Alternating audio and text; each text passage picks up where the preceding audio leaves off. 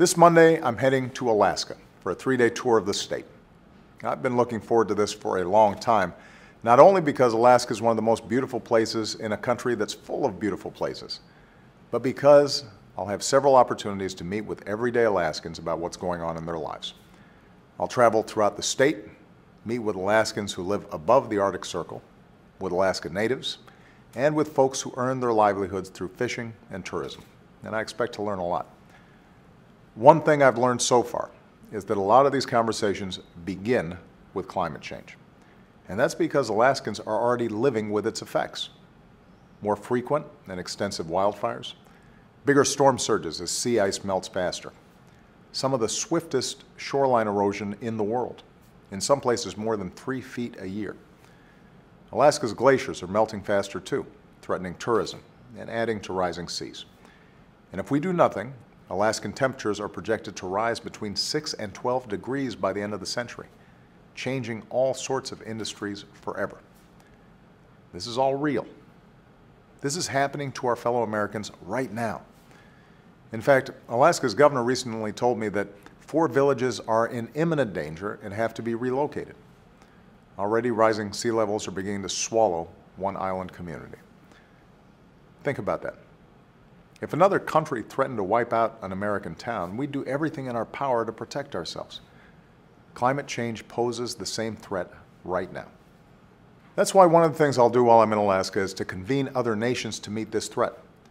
Several Arctic nations have already committed to action. Since the United States and China worked together to set ambitious climate targets last year, leading by example, many of the world's biggest emitters have come forward with new climate plans of their own.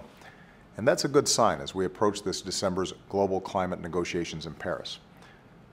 Now, one of the ways America's leading is by transitioning away from dirty energy sources that threaten our health and our environment, and by going all in on clean, renewable energy sources like wind and solar.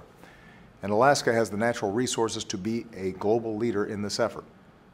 Now, even as we accelerate this transition, our economy still has to rely on oil and gas. And as long as that's the case, I believe we should rely more on domestic production than on foreign imports. And we should demand the highest safety standards in the industry, our own.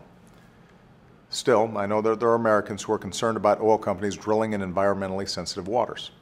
Some are also concerned with my administration's decision to approve Shell's application to drill a well off the Alaskan coast, using leases they purchased before I took office. I share people's concerns about offshore drilling. I remember the BP spill in the Gulf of Mexico all too well. And that's precisely why my administration has worked to make sure that our oil exploration conducted under these leases is done at the highest safety standards possible, with requirements specifically tailored to the risks of drilling off Alaska. We don't rubber stamp permits. We make it clear that Shell has to meet our high standards in how they conduct their operations. And it's a testament to how rigorously we've applied those standards that Shell has delayed and limited its exploration off Alaska while trying to meet them.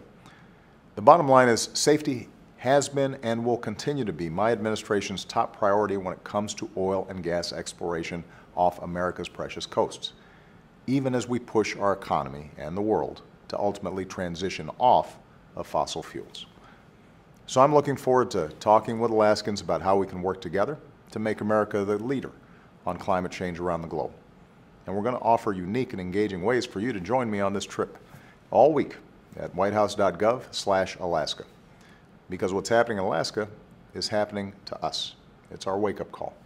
And as long as I'm president, America will lead the world to meet the threat of climate change before it's too late. Thanks. What happened with Obama? He's a teleprompter guy. No, it's true. But, you're better right. You don't want a scripted president.